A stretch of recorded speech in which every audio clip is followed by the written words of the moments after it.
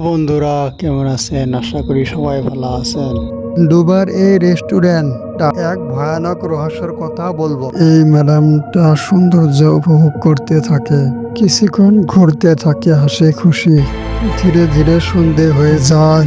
প্রায় 10টার সময় রুমে ফিরে আসে। পুতুলটা দেখে একটু ভয় ভয় লাগে। বেডরুম দেখে চলে যাওয়ার পথে কিছু একটা শব্দ হয়, অস্থির হয়ে যায়। জানলার দিকে তাকে দেখতে পায় কি রহস্য, একটা ভয়ানক জিনিস। লাইট মারে দেখতে থাকে, কিছু দেখতে পায় না, কিন্তু শব্দ হয় কিছু।